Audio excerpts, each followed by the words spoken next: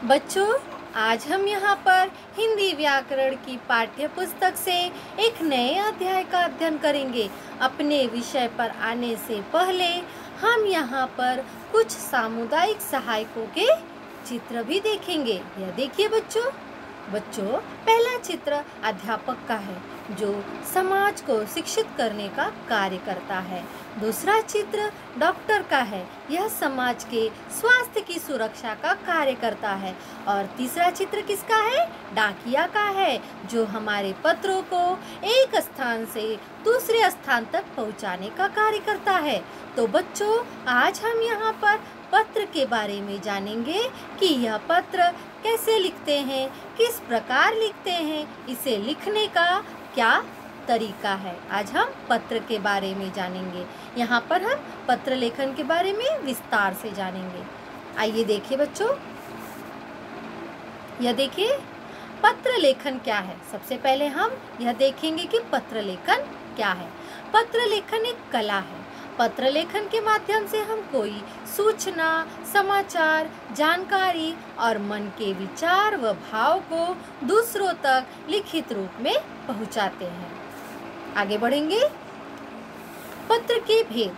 पत्र के दो भेद होते हैं बच्चों, औपचारिक पत्र और अनौपचारिक पत्र। औपचारिक पत्र किसे कहते हैं बच्चों? ऐसे पत्र विद्यालय के प्रधानाचार्य, कार्यालय अथवा नौकरी के लिए लिखे जाते हैं। परंतु आज हम यहाँ पर अनौपचारिक पत्र के बारे में जानेंगे कि अनौपचारिक पत्र किसे कहते हैं।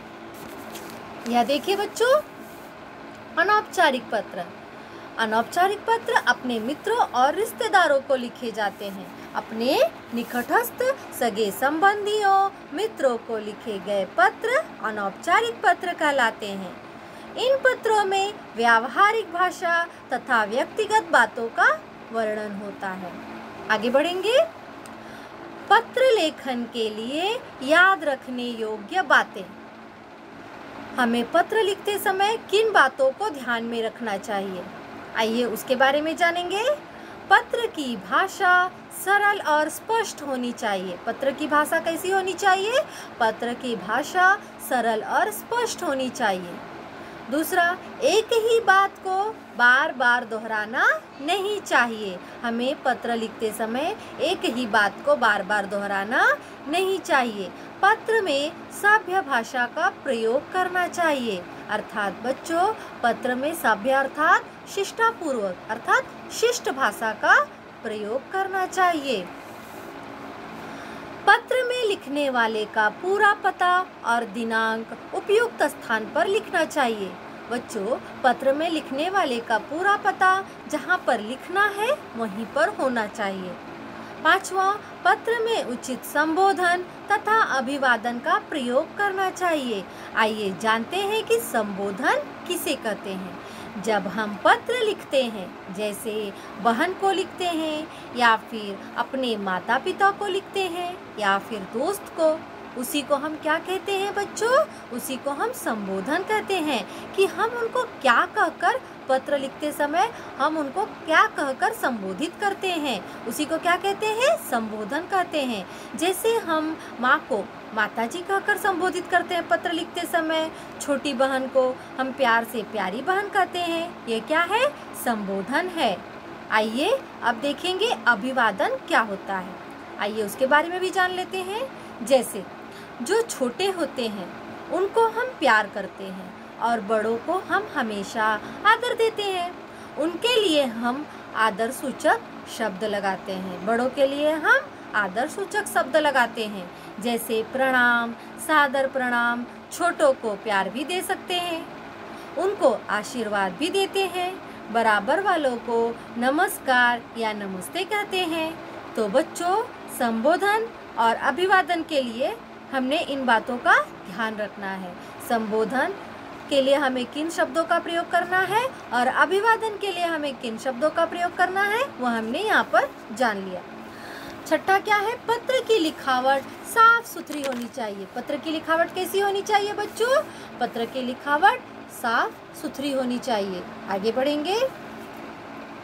यह देखिए, अनौपचारिक पत्र का प्रारूप है। यह क्या है? अनौपचारिक पत्र का प्रारूप।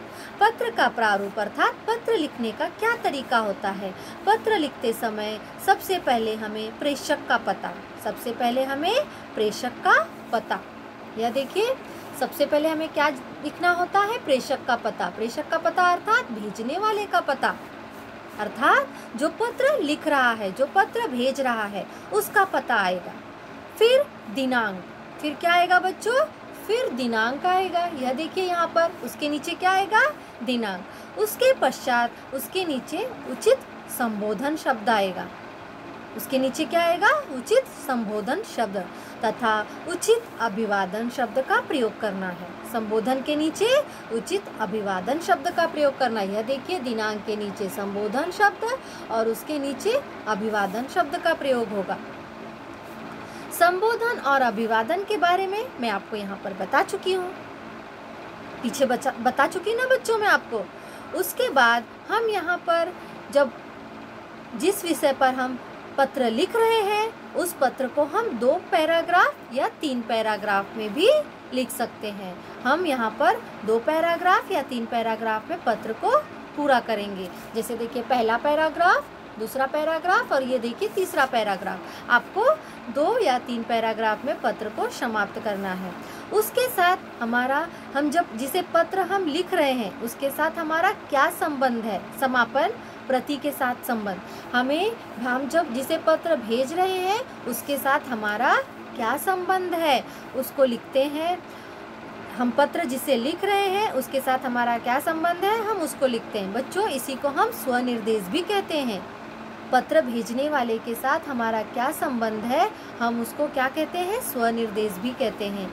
जैसे आपका बेटा या बेटी, अगर आप अपने पिताजी को पत्र लिख रहे हो तो आप क्या लिखोगे?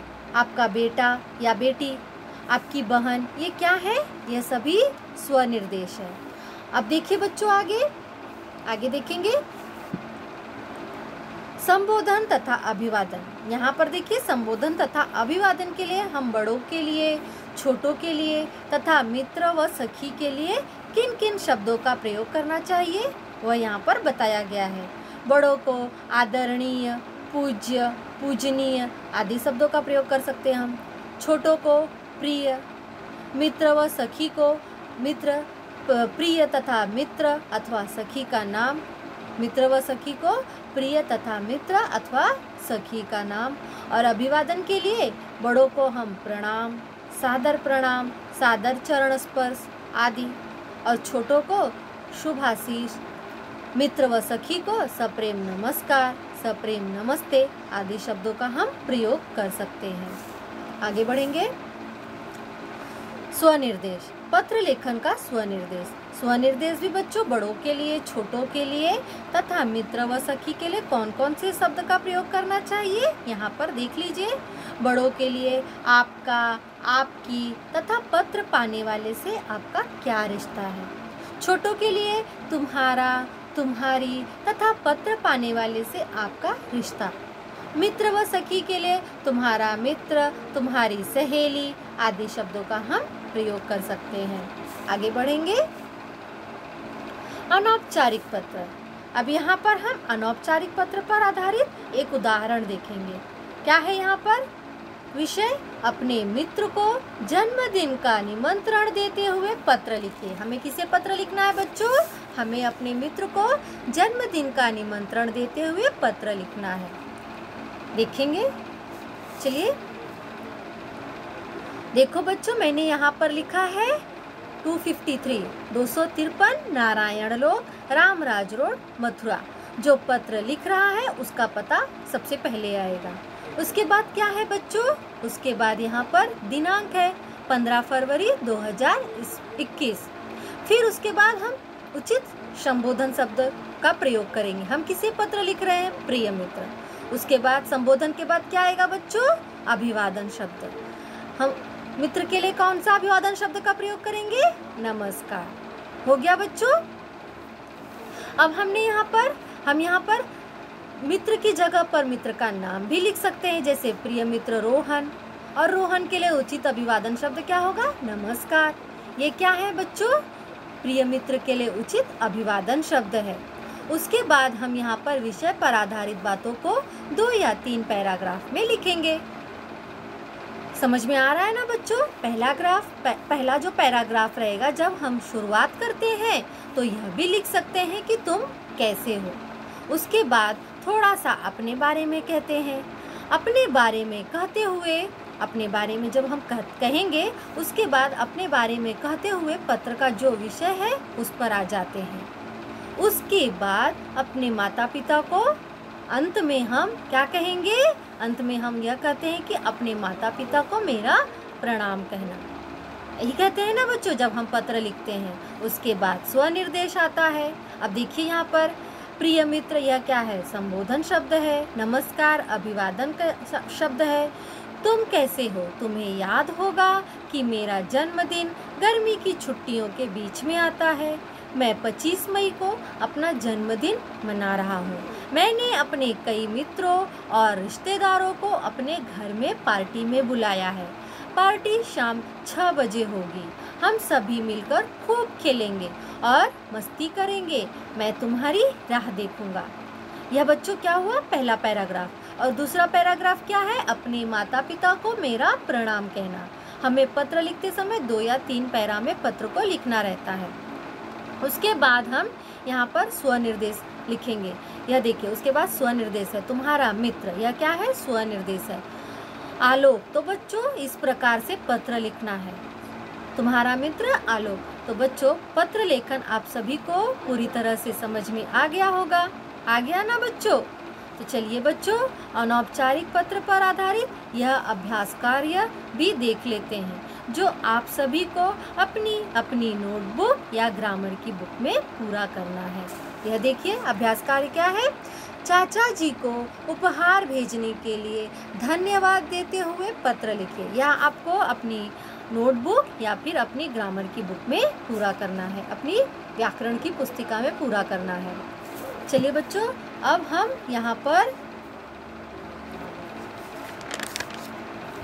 हम यहाँ पर एसे 2 की परीक्षा, एसे 2 की परीक्षा आपकी आ रही है ना। परीक्षा में जो प्रश्न पूछे जाने वाले हैं, उस प्रश्न पत्र पर आधारित प्रश्नों की पुनरावृत्ति करेंगे। यह देखिए जो पत्र लेखन से संबंधित है। आपकी जो एसे 2 की परीक्षा में प्रश्न पत्र जो आएगा, उसमें जो एसे 2 की परीक्षा में प्रश्न पत्र पूछा जाने वाला है, उसमें पत्र लेखन से संबंधित कैसे प्रश्न पूछे जाएंगे वह हम यहाँ पर देखेंगे। ये देखिए बच्चों, पहला प्रश्न क्या है?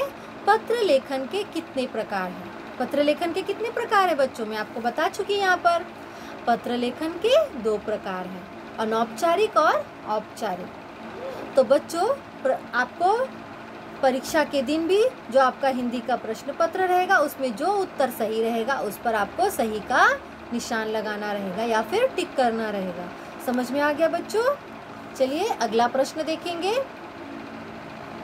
प्रश्न 2, कौन सा ऐसा माध्यम है जिससे हम अपने विचार दूसरों तक पहुंचाते हैं? पत्र, दोस्त और बोलकर। कौन से विचार हम दूसरों तक? कौन सा ऐसा माध्यम बच्चों? क्या आएगा? पत्र। क्या आएगा? पत्र। पत्र पर सही का निशान आएगा। चलिए अगला प्रश्न देखेंगे। पत्र लिखते समय बड़ों का अभिवादन करने के लिए किस शब्द का प्रयोग करना चाहिए? हमें अभिवादन के लिए कौन से शब्द का प्रयोग करना चाहिए? सादर प्रणाम, शुभाशीष, आशीर्वाद। कौन सा शब्द आएगा बच्चों यहाँ पर? सादर प्रणाम। किस पर सही का निशान आएगा? सादर प्रणाम। बड़ों के लिए अभिवादन शब्द पर टिक करना है ना, तो क्या आएगा? सादर प्रणाम। शुभाशीष जो है वो किसके लिए होता है? छोटों के लिए। तो बच्चों आज हमने यहाँ पर पत्र कैसे लिखते हैं, हमें पत्र लिखते समय किन किन बातों का ध्यान रखना है, उसके बारे में हमने यहाँ पर जान लिया। उसके साथ ही साथ एसे 2 की परीक्षा में किस प्रकार के प्रश्न पत्र लेखन से पूछे जाएंगे वह भी हमने देख लिया। तो बच्चों आप लोगों को सब कुछ अच्छे से समझ में आ गया होगा। आ गया ना बच्चों? तो बच्चों अब मैं आप लोगों से इसी के साथ विदा लूंगी। धन्यवाद।